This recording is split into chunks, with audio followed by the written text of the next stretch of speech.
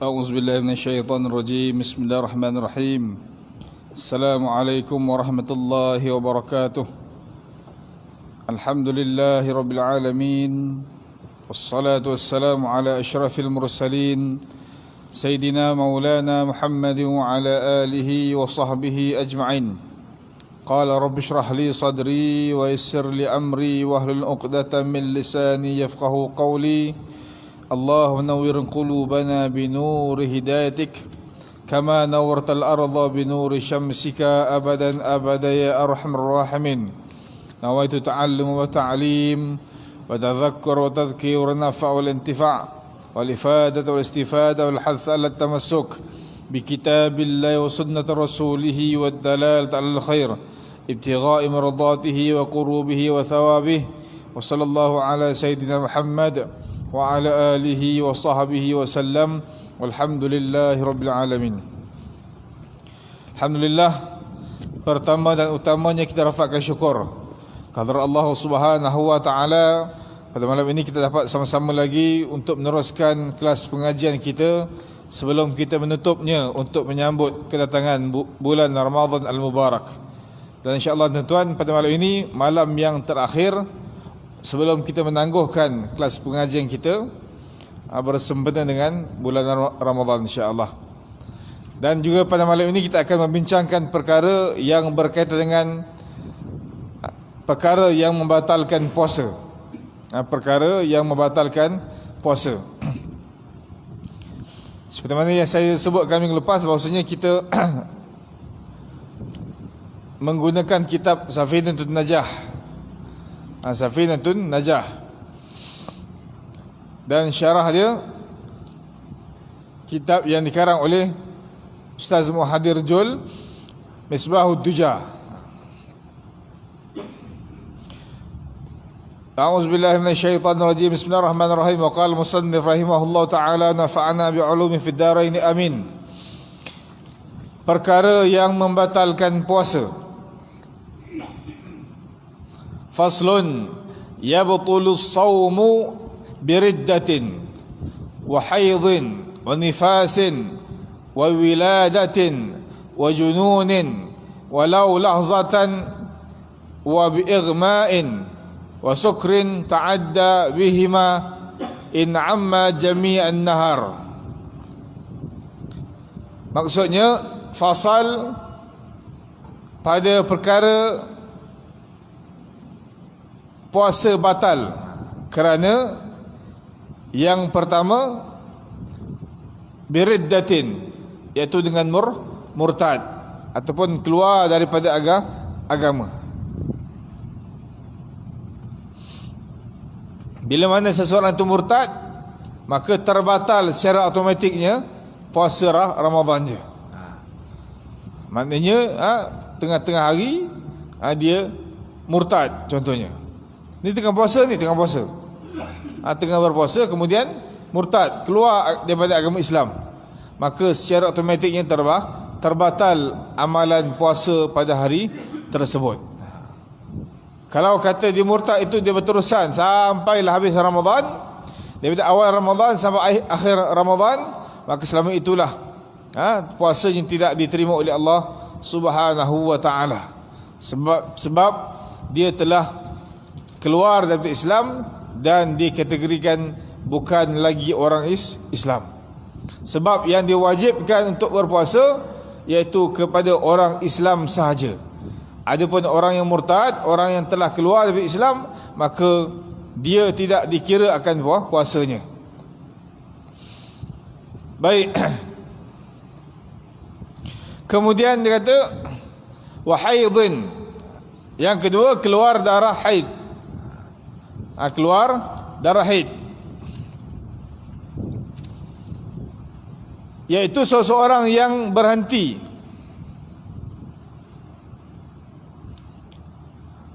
Dia punya perbahasan ni.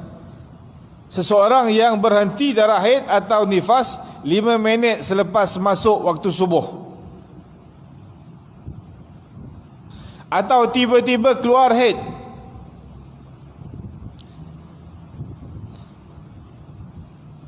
atau nifas 5 minit sebelum masuk waktu maghrib, batal puasanya. Orang yang haid ni dia tengah berpuasa, tengah berpuasa, kemudian dah nak masuk maghrib dah, sikit lagi, tinggal 2-3 minit saja nak masuk maghrib, kan, nak azan maghrib, keluar darah haid ketika itu, maka batal puasanya.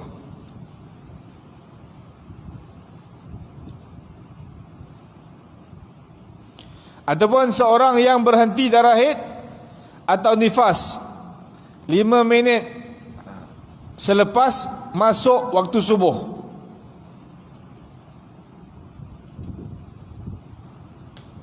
masuk waktu subuh, lepas tu tak sampai 5 minit keluar darah haid, dikategorikan orang yang batal dia punya puasa. Ataupun dia kata seorang yang berhenti darah haid atau nifas 5 minit selepas masuk waktu subuh, atau tiba-tiba keluar haid,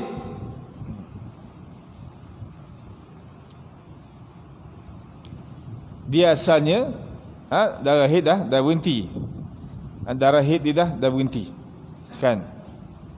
Dia kata berhenti darah haid dan ataupun nifas 5 minit selepas masuk waktu subuh.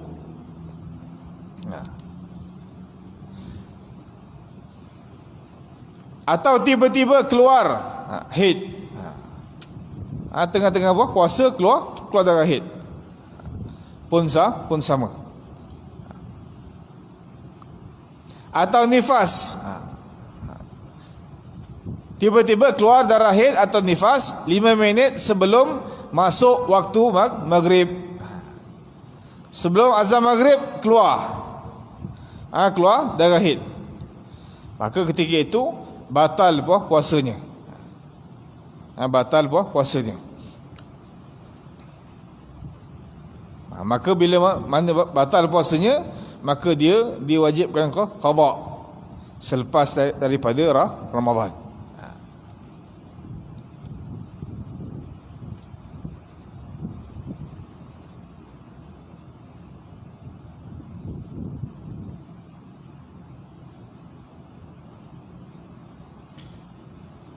Yang tadi tuan-tuan, dia kata seseorang yang berhenti darah haid ataupun nifas 5 minit selepas masuk waktu subuh. Selepas masuk waktu subuh, 5 minit selepas masuk waktu subuh baru berhenti. Maknanya masa azan subuh tu masih lagi dia dalam keadaan haid, ataupun masih lagi ada darah nifas. Lepas 5 minit berhenti dah darah dia. Maksudnya ketika mana dia haid itu dalam keadaan selepas daripada masuk waktu subuh. Dia berlanjutan 5 minit selepasnya. Maka ketika itu dia juga dikira batal puasanya. Ataupun dia tidak dikira berpuasa. Dia kena dia tidak boleh berpuasa contohnya. Maksudnya. Saya ulang. Seseorang yang berhenti darah haid atau nifas 5 minit selepas masuk waktu subuh. 5 minit selepas masuk waktu subuh.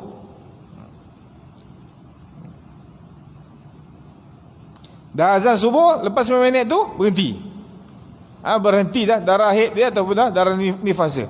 Padahal dah masuk subuh. Maka dia tidak dikira sebagai orang yang berpuasa. Walaupun 5 minit saja tempoh azan subuh saja, lepas 5 minit tu darah pun berhenti. Darah dia berhenti. Maka dia tidak dikira sebagai orang yang berpuasa. Dia tidak boleh berpuasa begitu. Itu maksudnya. Atau tiba-tiba keluar darah haid atau nifas 5 minit sebelum masuk maghrib. Sebelum masuk maghrib tiba-tiba keluar darah. Darah apa? Darah haid. Maka batal puasanya. Ini bagi orang yang keluar darah haid dan nifas. Baik. Kemudian yang ketiga dia kata keluar darah nifas. Sama lah tu. Darah haid, penghujahan dia sama. Dengan darah nifas. Kemudian yang keempat, perkara yang membatalkan puasa iaitu wiladah. Wiladah itu melahirkan. Perempuan yang melahirkan anak. Perempuan yang melahirkan anak. Dia kata walaupun kering, lahir anak saja dalam keadaan anak tu kering, anak tu keluar dalam keadaan tidak ada darah sekalipun. Walaupun tidak ada darah sekalipun yang keluar bersama anak itu, masih lagi dia tidak dibenarkan berpuasa. Batal puasanya. Dia kata walaupun kering atau tidak ada darah selepas melahirkan. Tak ada darah. Tapi dia melahirkan anak, tapi tak keluar darah. Inilah yang pendapat terkuat dalam at-tahqiq.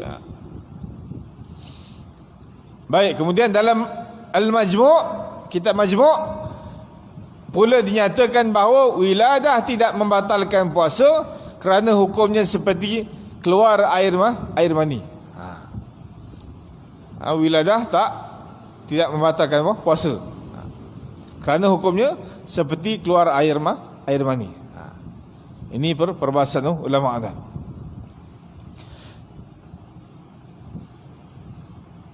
Kemudian dalam Zain al-Talib disebutkan bahawa wiladah yang tidak disertai dengan basah, lahir tapi tidak basah, maksudnya keringlah, tidak membatalkan puasa. Tetapi jika disertai dengan basah, batal puasanya. Sama juga jika diiringi oleh nifas, batal puasanya.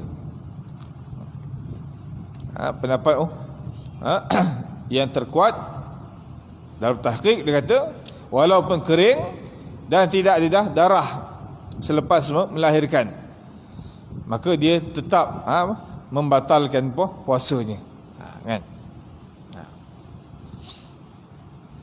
Dalam kitab ni dia bincangkan beberapa pendapat para ulama.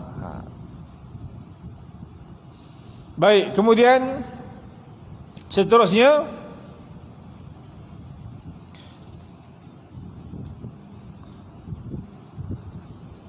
orang atau perkara yang membatalkan puasa iaitu gila walaupun hanya dengan satu lahzah.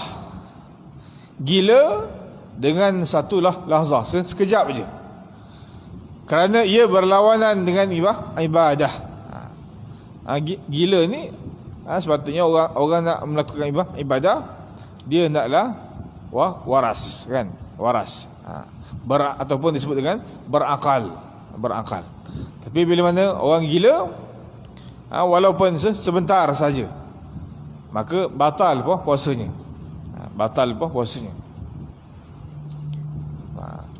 Dan bila mana dia tersedar balik, maka dia wajib imsak ataupun menahan diri daripada makan dan minum.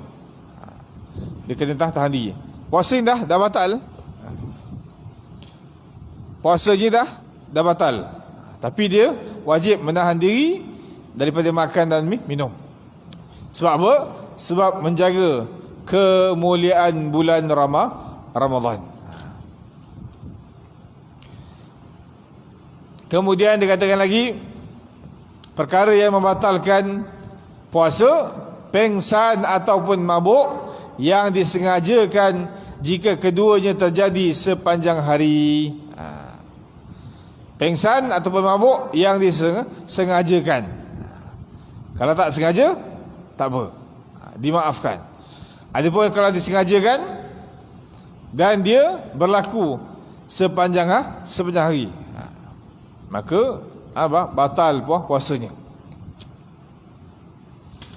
Kemudian dia kata, tidur sepanjang hari tidak membatalkan puasa, tetapi makruh. Adapun tidur dalam bulan Ramadan tidak batal puasa, tapi makruh. Bangun sahur, sembahyang subuh, tidur. Betul kan, tidur sampai ke tengah hari. Zuhur kang, pukul 2 kang, bangun sembahyang, lepas tu tidur lagi. Lepas tu tidur sampai asar. Bangun asar sekejap, tu tidur lagi. Kan? Tidur panjang. Dia kata tidur orang berpuasa itu ibadah, kan? Dia bantai tidur. Tidur yang bagaimana? Yang dikatakan ibadah. Tidur untuk menguatkan tulang belakang. Tidur untuk memberi tenaga. Maka dia termasuk dalam kategori tidur yang mendapat pahala. Adapun tidur yang menghilangkan pahala ni, maksudnya kita tidur sepanjang hari. Tidur, orang kata memanjang tidur, kan? Dan ini merupakan satu kerugian bagi orang yang berpuasa dalam bulan Ramadan. Tapi ada juga setengah orang yang dia berhujah, daripada saya bangun, kemudian bangun-bangun tu untuk mengumpat, mengata, mengutuk, mengeji orang, tidur. Lebih baik, kan?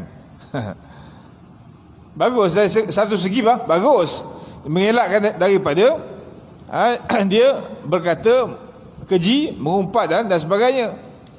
Tapi dari satu hal yang lain, maka dia rugi dari segi ibadah. Kalau tak tidur boleh baca Quran, tak tidur boleh zikir, tak tidur boleh selawat, tak tidur boleh buat perkara-perkara kebaikan. Kalau tidur satu apa pun tak ada, kan? Maka rugi. Baik. Kemudian disebutkan di dalam Nalur Raja', ditambah lagi perkara-perkara yang membatalkan puasa, antaranya memasukkan sesuatu ke dalam rongga tubuh badan melalui rongga yang terbuka, manfaz maftuh, termasuklah mulut, lubang hidung, lubang telinga dan lubang kemaluan, kubul depan atau dubur, lubang belakang. Memasukkan sesuatu ke dalam rongga tubuh yang terbuka. Baik tuan-tuan, ada perbahasan di mana memasukkan sesuatu ke dalam rongga ni, dia kalau kata masuk tu, dalam keadaan kita masuk yang dah dalam, masuk yang dah dalam, maka dia membatalkan puasa. Adapun masuk yang sekadar di kawasan luaran saja, maka tidak membatalkan puasa, dan kata setengah ulama jatuh makruh sahaja. Kan? Contoh korek hidung ni keliling ni kan, keliling ni. Kalau sekadar masuk je jari kita ni boleh masuk lagi, maksudnya tidak batal puasa. Tetapi kalau masuk lebih dalam lagi, kita menggunakan putik kapas, masuk lebih dalam, masuk lebih dalam, maka membatalkan puasa. Adapun kalau kita korek telinga dengan jari, kawasan luar ni, yang nampak ni kan, nampak ni, maka tidak membatalkan puasa, tetapi hukumnya makruh. Adapun kalau kita ambil putik kapas masuk sampai dalam, maka hukumnya batal puasa. Batal puasa. Begitu juga dengan kubul ataupun dubur. Sekadar luaran sahaja, tidak membatalkan puasa. Adapun masuk ke dalam, sampai masuk ke dalam tu boleh menghilangkan setengah daripada jari kita ni, maka boleh membatalkan puasa. Baik, kemudian disebutkan lagi dalam nalur rajak, muntah membatalkan puasa. Dia kata muntah dengan sengaja seperti menjolok-jolok lidah ke langit sehingga menyebabkan muntah. Menjolok-jolok lidah ke langit. Lidah kita ni jolok. Kalau dengan lidah pun dengan sengaja pun boleh batal puasa, apatah lagi kalau kita masukkan jari kita ke dalam mulut, kan? Lebih-lebih lagi memang akan membatalkan puasa kita. Kemudian keluar mani dengan syahwat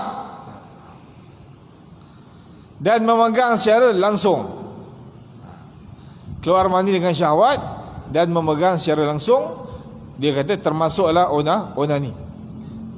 Onani maksudnya mengeluarkan mani dengan tangan sendiri. Keluar mani dengan tangan sendiri, maka batal puasa. Kemudian disebutkan lagi di dalam Zainul Talib, disebutkan tidak batal puasa jika air mani keluar dengan sebab berkhayal atau berfikir dengan syarat secara kebiasaannya. Jika dia berkhayal atau berfikir air mani tidak keluar, dia kata disebutkan tidak batal puasa jika air mani keluar dengan sebab berkhayal atau berfikir dengan syarat secara kebiasaannya. Jika dia berkhayal atau berfikir, air mani tidak keluar. Biasanya kalau dia berkhayal, berfikir, air mani tak keluar. Tapi hari itu keluar. Hari itu jadi keluar air mani. Dia berkhayal. Berkhayal, berfikir, biasa tak keluar, tiba-tiba keluar gitu. Dalam Zainul Talib disebutkan tidak batal puasanya. Tetapi jika secara kebiasaannya air mani akan keluar jika melakukan dua perkara itu, maka batal puasa. Kalau biasanya dia berkhayal, kalau biasanya dia fikir yang bukan-bukan, kan, fikir yang bukan-bukan, berkhayal yang bukan-bukan, sampai kebiasaannya kalau dia berfikir dan berkhayal itu boleh mengeluarkan air mani, maka ketika itu bila mana dia berfikir dan berkhayal dalam bulan Ramadan, keluar air mani dalam bulan Ramadan di siang hari, keluar air mani, berfikir dan berkhayal itu menyebabkan puasanya terbatal. Kemudian disebutkan lagi dengan perkara yang membatalkan puasa, iaitu jima ataupun zina. Jima ataupun berzina, kedua-duanya membatalkan puasa, sama ada secara yang halal ataupun yang haram. Kedua-duanya batal puasa. Dan bila mana batal puasa, maka wajiblah bagi orang yang telah terbatal puasa itu untuk menahan dirinya daripada makan dan minum. Kena tahan al-imsak yang kita bincangkan minggu lepas. Kena tahan diri. Jangan bila dah batal puasa, dia makan semahu-mahunya, ikut dan dia. Siap boleh sedawa depan orang, kan? Itu namanya tidak beradab, dan dia tidak menghormati bulan Ramadan. Baik. Kemudian dalam ad-dalalah an-nafi'ah dalil-dalil yang bermanfaat disebut antara perkara yang membatalkan puasa. Ini dalam kitab yang lain pula. Jadi dalam Nalur Raja, ni ad-dalalah an-nafi'ah. Dia kata perkara yang membatalkan puasa, makan dengan sengaja walaupun makanan sebesar biji bijan. Sebesar biji bijan. Makan dengan sengaja. Dengan sebesar biji bijan atau biji sawi, kan? Kita makan kuih apa kuih bom tu, kan? Masa waktu sahur makan kuih bom, lepas tu lah dan azan saja kita pun tak sempat nak gosok gigi. Lepas azan, lepas tu tengah-tengah bercakap terasa pula ada bijan dekat dalam mulut kita. Kita pun bagus tu telan. Kita pun telan. Maka dia kata membatalkan puasanya. Maksudnya batal puasa. Dia wajib buang. Buang bijan tersebut. Kemudian disebutkan lagi minum dengan sengaja walaupun minuman hanya setitis air dan dia tahu hukumnya. Minum dengan sengaja walaupun dengan setitis air, kan? Itu minum sengaja dengan setitis air. Kalau pula orang yang berkomuk-komuk kemudian telan, kan? Lebih-lebih lagi membatalkan puasanya. Ini tuan, ini benda-benda yang basic, yang basic, yang kita maklumi, yang kita ketahui. Cuma kita nak murajaah ataupun ulang kaji sahaja. Baik, kemudian disebutkan dengan permasalahan. Permasalahan ini banyak. Permasalahan ni sampai 22 masalah. Jangan cari masalah, kan? Baik, dia kata mengorek hidung ketika berpuasa tidak batal jika ia masih dalam rongga hidung seperti istinsyak. Tu, kan? Mengorek hidung tidak ketika berpuasa tidak batal jika ia masih dalam rongga hidung seperti istinsyak. Maksudnya kita ambil uduk, kita basuh hidung kawasan luar ni saja, yang rongga yang nampak ni, kan? Kalau kita korek macam ni, tak apa, tidak membatalkan puasa, sebab dia rongga istinsyak luar ni. Tapi kalau masuk dalam lagi, kalau pakai jari ni mungkin tak boleh. Tapi kalau jari ni, ada orang jari halus masuk dalam lagi, batal puasa ni.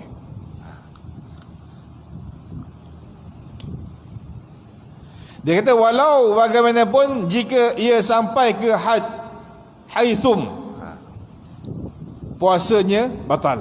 Maksudnya masuk ke dalam lagi lah. Masuk ke dalam lagi, puasanya batal. Kalau sekadar luaran ni saja, maka tidak membatalkan puasa. Tuan-tuan, dulu masa kita belajar, saya ingat lagi masa belajar kecil-kecil dulu, memang cukup dah takut ni, kan? Korek hidung aja, bila korek hidung depan kawan, kau tak puasa, batal puasa. Kita pun dah batal puasa, balik minum. Dah kawan kita batal puasa, balik apa lagi? Teguk air lah. Dah batal puasa. Padahal sebenarnya tak batal, kan? Orang dulu ajar sebenarnya dia nak bagi kita inzar, peringatan. Jangan bermudah-mudah. Tapi bila mana kita dah sebagian besar dah faham, dah tidak ada masalah lagi. Kan? Baik, kemudian seseorang yang memasuk seseorang yang memasuk dan mengeluarkan darah daripada badan ketika berpuasa, sah puasanya kerana itu bukan rongga terbuka. Cocok sini kan. Dia kata memasuk dan mengeluarkan darah. Masukkan darah ataupun keluarkan darah dalam badan ketika puasa. Sah puasanya kerana itu bukan rongga terbuka. Kalau masuk darah dari hidung, rongga terbuka, batal puasa. Masuk darah daripada telinga, batal puasa. Ada pun masuk darah daripada sini, dia cocok sini contohnya. Maka kata ulama tidak membatalkan puasanya. Tak batal puasa. Baik, kemudian memasukkan sesuatu benda yang bukan makanan. Memasukkan sesuatu benda yang bukan makanan ke dalam mulut sehingga sampai kepada had yang zahir, iaitu makhraj huruf ha. Makhraj huruf ha kan. Dia kata batal puasanya. Memasukkan sesuatu benda yang bukan makanan. Apa bukan makanan? Contoh kata kita punya straw air tu, straw. Sampai masuk tu sampai dia kata sehingga sampai kepada had yang zahir, iaitu makhraj ha, huruf ha. Sini ha kan. Maka batal puasanya.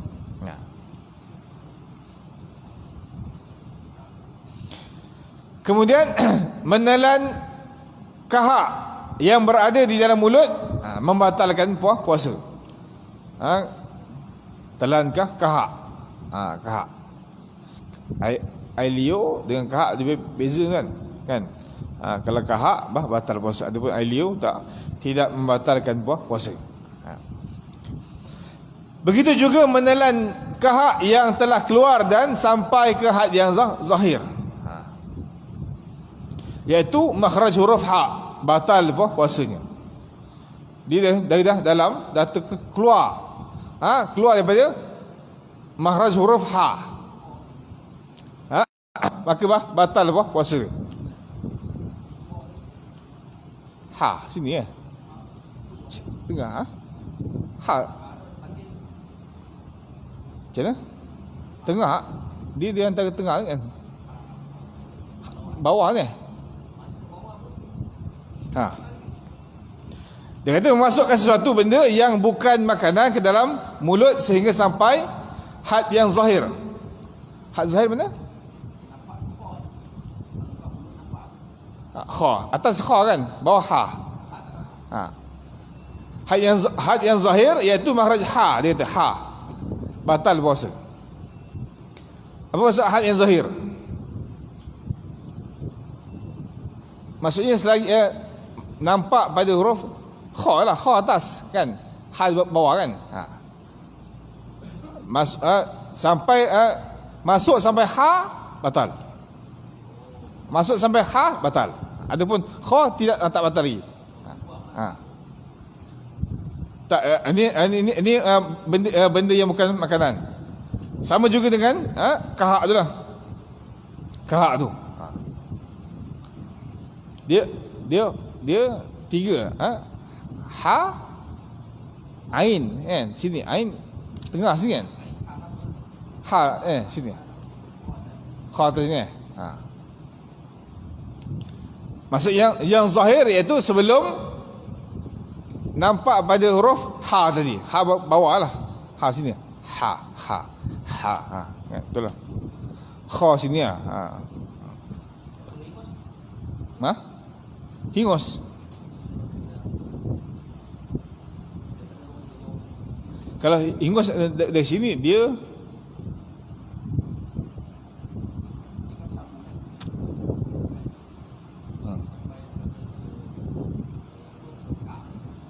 dia akan pusing sini kan, dia akan pusing sini. Dia kalau daripada sini dia dah keluar pada rongga yang zahir ni, maka kalau sedut balik batal. Kalau dalam tak apa-apa. Dalam dia kalau kata dalam masih dalam keadaan dia berada di dalam, kita telan tak boleh lagi, boleh. Tapi kalau dia dah keluar, contoh kata ha ni kan, pada ha ni dia dah keluar kan, pada nampak pada kha tu dah nampak dia punya kuning tu kan, kita telan balik, batal puasa. Batal puasa. Tapi kalau dia masih lagi berada di kawasan dalam ni, dia kan di sini dia ada ni kan, sambungan kan antara hidung dengan ni. Dalam ni dia masih lagi dah dalam. Kalau kata dalam kita telan, itu tidak membatalkan puasa. Tapi bila dia dah keluar sama ada keluar daripada hidung ataupun keluar daripada huruf ni kha ni, pada kha ni dah nampak, pada kha dah nampak. Jadi kita telan balik, batal puasa. Batal puasa. Itu nak kena perhatian betul. Kadang-kadang kita tak perasan kan. Baik, kemudian dia kata menelan air liur yang suci. Air liur yang suci. Dan tidak bercampur dengan sisa-sisa makanan di dalam mulut. Telan air liur yang suci, tak bercampur dengan sisa makanan dalam mulut. Sah puasa dia. Puasanya sah. Jika bercampur dengan sisa makanan kemudian telan, batal puasa. Batal puasa. Contoh tu kan, contoh bila mana kita minum air kopi kan, minum air kopi, lepas tu telan, sebahagian air kopi tu masih ada lagi dalam mulut kita yang bercampur dengan air liur kita. Tak sempat telan, tak sempat komor, tak sempat bersihkan, azan. Maka apa yang perlu kita buat? Kita kena bersihkan, keluarkan dia daripada mulut kita. Jangan telan. Telan, batal puasa. Ini maksudnya azan subuh lah. Kita sahur kena kopi lah, kena teh lah, macam-macam kan. Bila mana minum, kemudian sebelum azan subuh saja kita tak sempat nak membersihkan mulut kita. Masih lagi pekat dengan rasa kopi dia, masih dengan pekat dengan rasa teh dia. Maka bila dia bercampur air kopi dengan air liur kita, kemudian telan selepas azan subuh, maka batal puasa. Adapun kalau lah kata kita dah bersih kita dah clear sebelum tapi masih ada sisa-sisa yang amat sedikit, yang sangat kecil dia punya nilaian dia, itu kata ulama dimaafkan. Sebab kita dah usaha untuk membersihkan mulut kita, tapi masih lagi tak mampu untuk kita bersihkan yang ada tu. Tapi dalam nisbah yang sedikit, sangat sedikit. Adapun kalau kita minum kopi kemudian azan subuh, kopi yang kita minum tu dah telan, kemudian azan subuh, masih banyak lagi yang berada dalam mulut kita, kemudian bercampur dengan air liur, maka ketika itu wajib kita bersihkan dan keluarkan daripada mulut kita. Baik. Azan.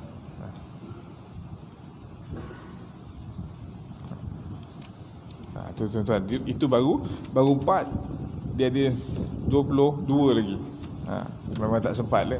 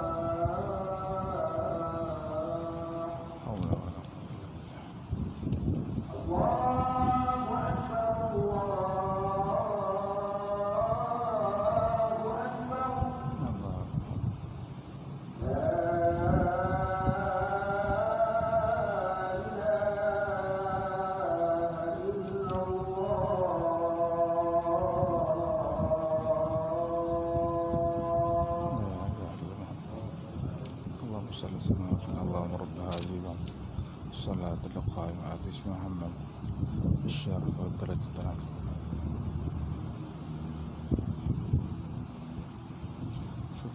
اللهم بارك في أولادي واحفظهم ولا تضرهم وارزقنا البر والبر.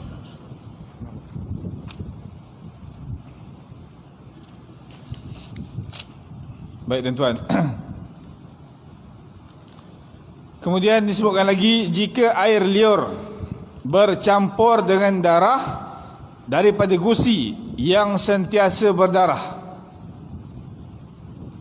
gusi berdarah, kemudian tak boleh nak halang, kan? Kita tak boleh nak sekat, dia berdarah, dan susah untuk mengelak air liur bercampur dengan darah itu. Gusi berdarah, kemudian dia bercampur. Takkan seminit sekali nak ludah buang darah, kan? Dia kata tidak batal puasanya kerana ia dimaafkan. Kerana ia dimaafkan. Gusi yang berdarah tu.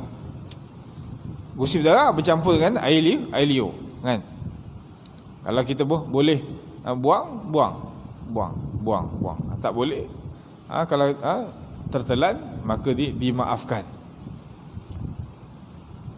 Kemudian air liur yang sudah ada di zahir bibir mulut lalu ditelan kat sini, ada air liur, kan? Air liur dah tengah cakap, air liur tu keluar. Air liur dah keluar aje, sedut, kan? Telan. Sedut tak apa, telan. Dia kata batal puasanya. Batal puasa. Dia dah sampai had yang zahir, dah keluar. Kemudian air wuduk yang termasuk ke dalam mulut. Kita berwuduk, kan, basuh muka. Kadang-kadang ada air masuk sikit-sikit tanpa sengaja pada basuhan pertama, pada basuhan kedua, pada basuhan ketiga. Basuh muka yang pertama, air masuk sikit. Basuh muka yang kedua, air masuk sikit lagi. Basuh muka yang ketiga, air masuk sikit lagi. Tanpa kita sengajakan. Bukan kita ambil air banyak, kita separuh muka, separuh masuk mulut. Itu memang batal lah. Telan batal.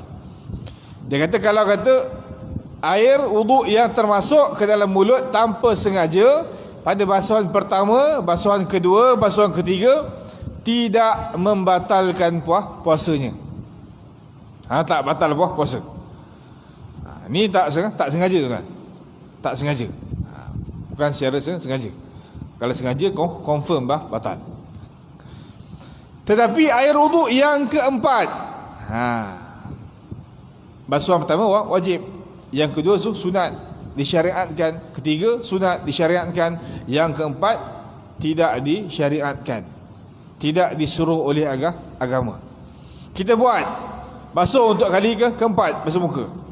Orang suruh 3, kita buat 4, kan?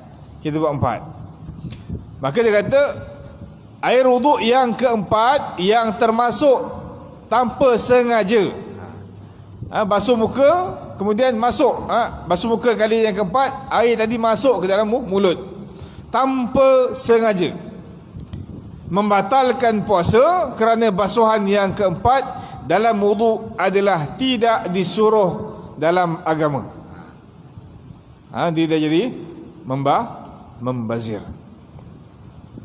Itu jugalah, sama juga kalau kita nak berkumur, ataupun kita nak masukkan air ke dalam hidung, gunakan sedikit air, lebih-lebih lagi dalam bulan Ramadan, kan? Jangan sampai air tu ambil banyak-banyak masuk, kita pula masuk jenis tepuk muka, habis memang masuk. Kalau sengaja batal puasa kita.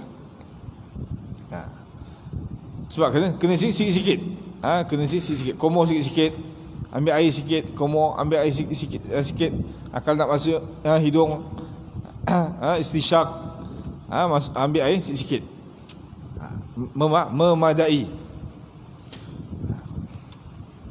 Maka bila mana kita basuh muka yang keempat, kemudian air basuhan tadi masuk ke dalam mulut, maka membatalkan puasa. Masuk mulut dan kita telan, batal puasa. Sebab basuhan yang keempat itu tidak disuruh oleh agama. Kita tambah jadi membazir. Kemudian dia kata air yang masuk ke dalam rongga telinga atau hidung, umpamanya kerana mandi wajib. Air masuk telinga, masuk hidung, mandi wajib, nak basuh luar ni, kan? Air termasuk. Masuk kawasan luar ni, air termasuk. Atau mandi sunat seperti mandi Jumaat, hukumnya apa? Tidak batal puasa. Tidak batal puasa. Jika mandi kerana hanya bertujuan untuk menyejukkan badan, maka batal puasanya.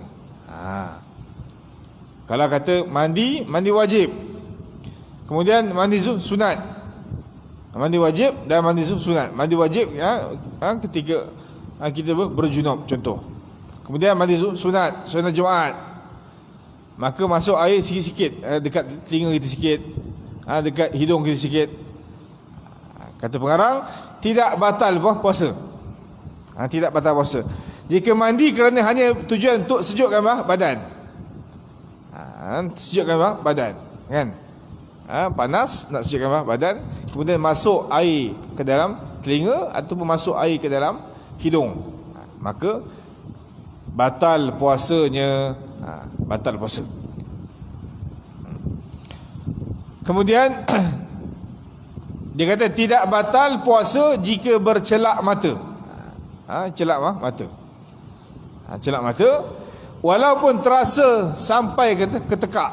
Tuan, dia ada celak, kita pakai celak ni, tapi dia boleh rasa sampai ke tekak. Kata pengarang, tidak membatalkan puasanya. Kemudian seterusnya, betis yang tertusuk pisau. Betis kita kena pisau. Tidak membatalkan puasa kerana betis bukan rongga yang terbuka. Sama ada betis ke, tangan ke, perut ke, kan? Kena pisau. Jari ke, kena pisau. Maka dia kata tidak membatalkan puasa. Kemudian menitikkan ubat mata ke dalam mata. Tidak membatalkan puasa kerana mata bukan rongga yang terbuka. Sakit mata, kita titiskan ubat mata. Kata pengarang, tidak membatalkan puasa kerana mata bukan rongga yang terbuka. Walaupun ubat itu terasa sampai ke tekak. Ubat mata kan, picit dekat mata, tapi dia sampai ke tekak. Itu dalam kitab Zainul Talib. Baik, kemudian dan seterusnya, suntikan biasanya dilakukan pada urat saraf atau di bawah kulit. Oleh itu ia tidak membatalkan puasa. Injit, injit ni tidak membatalkan puasa. Walau bagaimanapun jika suntikan itu melalui rongga yang terbuka, contohnya memasukkan alat suntikan melalui lubang telinga, maka batal puasanya. Masukkan, doktor suntik, masuk dalam ni, tekan seret, masuk dalam, batal puasa. Ataupun sini seret, masuk dalam, batal puasa.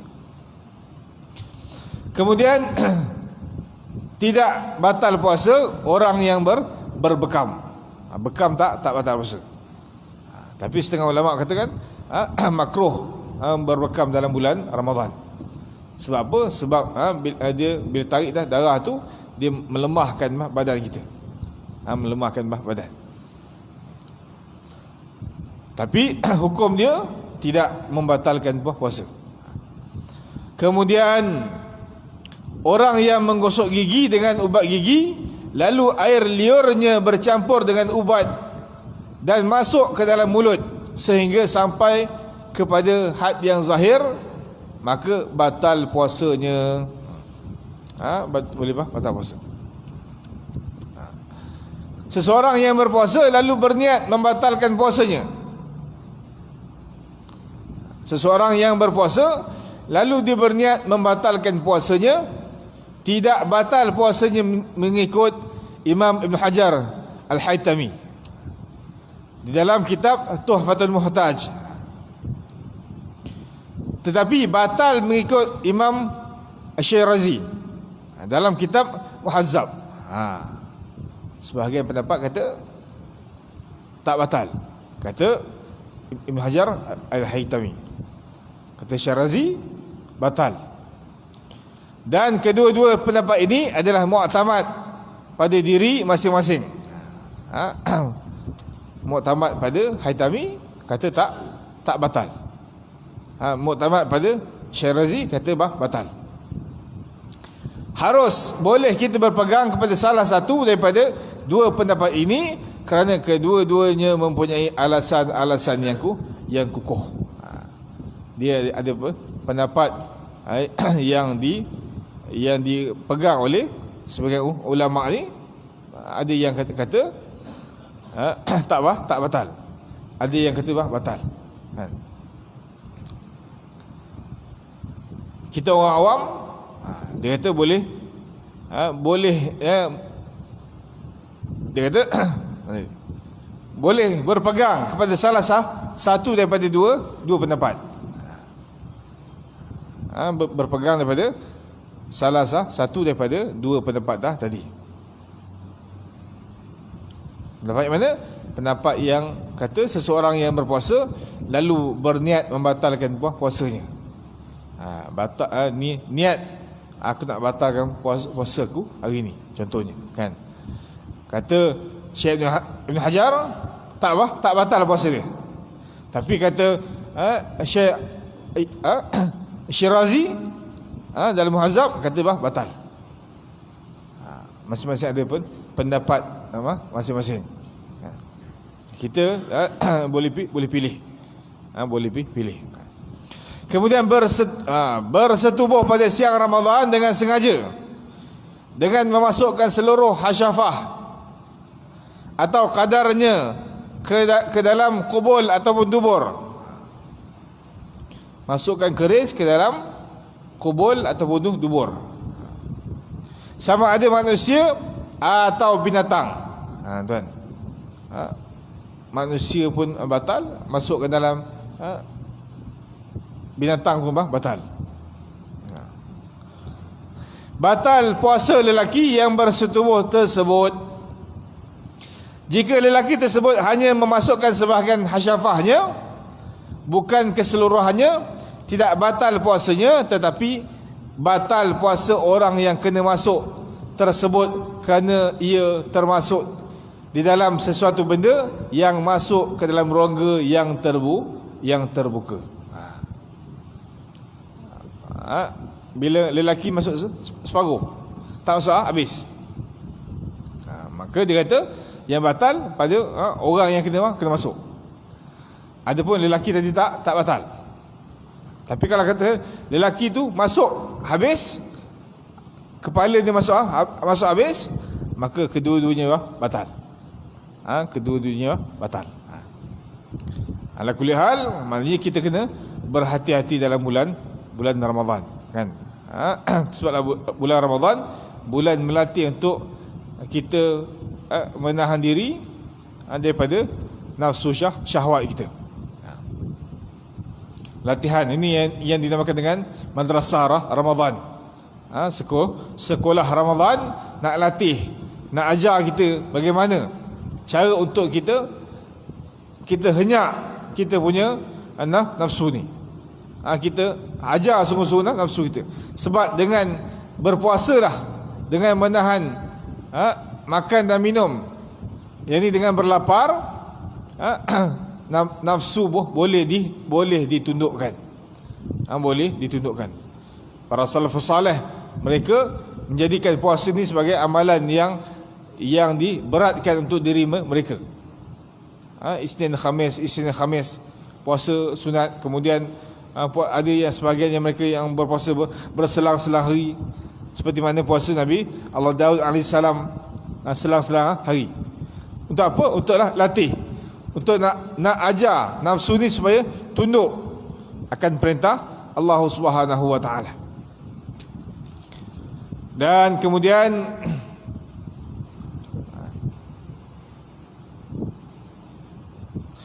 harus, yakni boleh mandi untuk menyejukkan badan ketika berpuasa.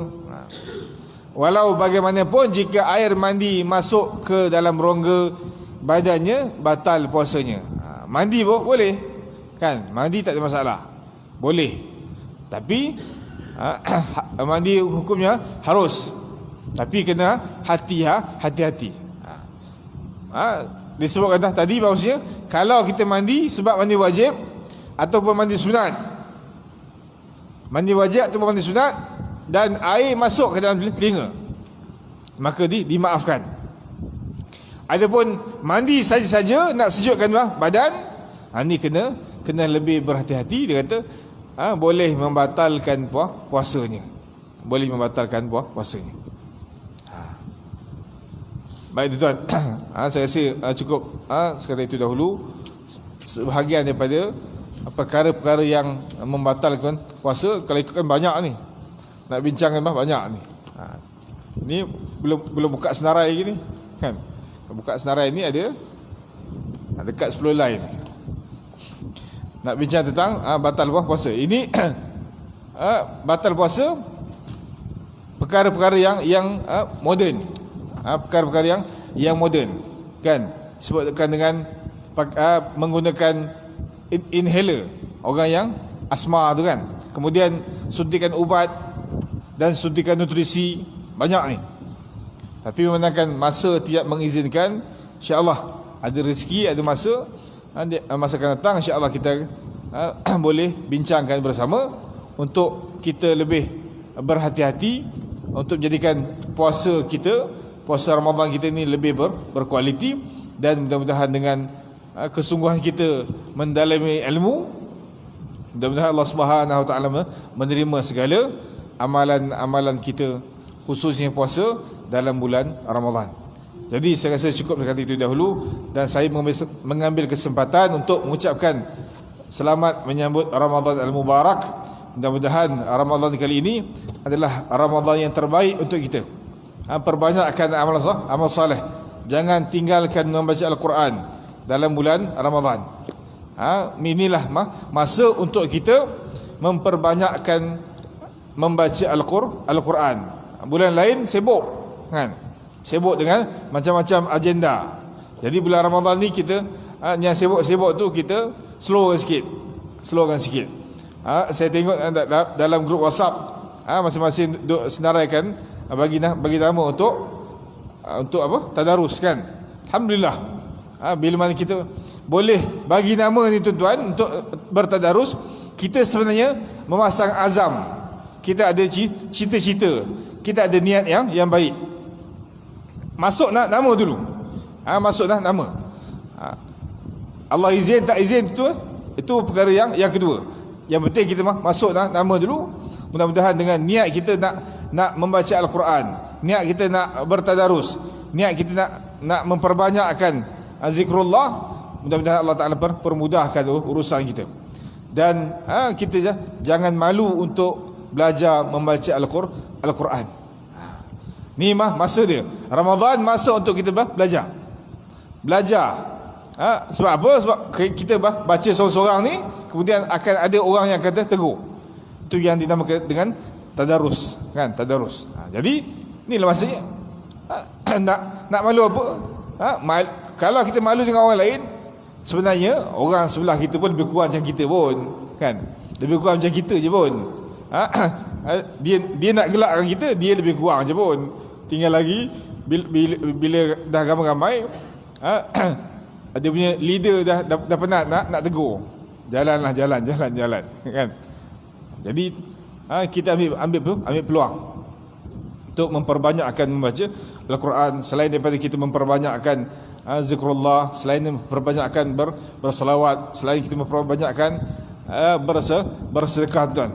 Sedekah jangan tinggal walaupun sehari dalam bulan Ramadan, walaupun dengan hanya sebiji tamar, kita sedekahkan kepada orang-orang yang memerlukan. Kalau kata pergi bazar Ramadan, kita beli buat 2 bungkus, sebungkus untuk rumah kita, sebungkus lagi untuk orang sebelah. Ataupun kita jumpa budak-budak yang balik sekolah ke, kan, jumpa dengan petang-petang tu budak-budak yang main bola, nak balik buka, bagi. Niat sedekah. Mudah-mudahan sedekah kita, amalan kita, tilawatul Quran kita itu semuanya akan diterima oleh Allah Subhanahu Wa Taala, dan mudah-mudahan Allah Taala membantu kita untuk menghidupkan Ramadan dengan sebaik-baiknya insya-Allah. Jadi insya-Allah kita akan sambung kuliah kita ini. InsyaAllah, tengoklah, kan, dalam hari Ahad ni ada perjumpaan dengan Jabatan Agama. Akan ada beberapa maklumat baru, sama ada dia akan teruskan tazkirah dalam bulan Ramadan, ataupun kalau tak ada, kita akan jumpa selepas Aidilfitri insya-Allah. Dan doakan untuk kita jumpalah dalam bulan Ramadan ni, kan, dengan tazkirah yang akan kita buat secara berkala insya-Allah. Baik, insya-Allah kita jumpa pada masa akan datang insya-Allah. A'udzubillahi minasyaitonir rajim. Bismillahirrahmanirrahim. Alhamdulillahirabbil alamin wassalatu wassalamu ala asyrafil mursalin sayyidina maulana Muhammadin wa ala alihi wa sahbihi ajma'in. Rabbana fa'na bima 'allamtana, rabbi 'allimna alladhi yanfa'una, rabbi faqihna wa faqih ahlana wa qarabatin lana fi dinina ma ahli qutri untha wa dhakar. ربي وفقنا وفق لما ترتضى قولا فعلا كرما ورزق الكل حلالا دائما وآخرتك يا علماء نخزى بالخير ونكفى بالشر. ربنا وصل لنا كل شؤون وأقر بالرضا منك العيون واقضي عنا ربنا كل الديون قبل أن تأتينا رسل المنون واغفر واستر أنت أكرم من ستر. وصلاة الله تغشى المصطفى من للحق دعانا والوفاء بكتاب فيه للناس شفاء وعلى الصبي وصابه الغرار. اللهم هدينا بهداك واجعلنا ممن سفر رضاك ولا تولنا وليا سواك ولا تجعلنا خالف أمرك وعصاك. حسبنا الله ونعم الوكيل ولا حول ولا قوة إلا بالله العلي العظيم. وصلى الله على سيدنا محمد النبي الأمي وعلى آله وصحبه وسلم. والحمد لله رب العالمين في كل لحظة أبدا عدد خلقه ورضا نفسه وزنة عرشه وبداد كلماته Wallahu a'lam. Assalamualaikum warahmatullahi wabarakatuh.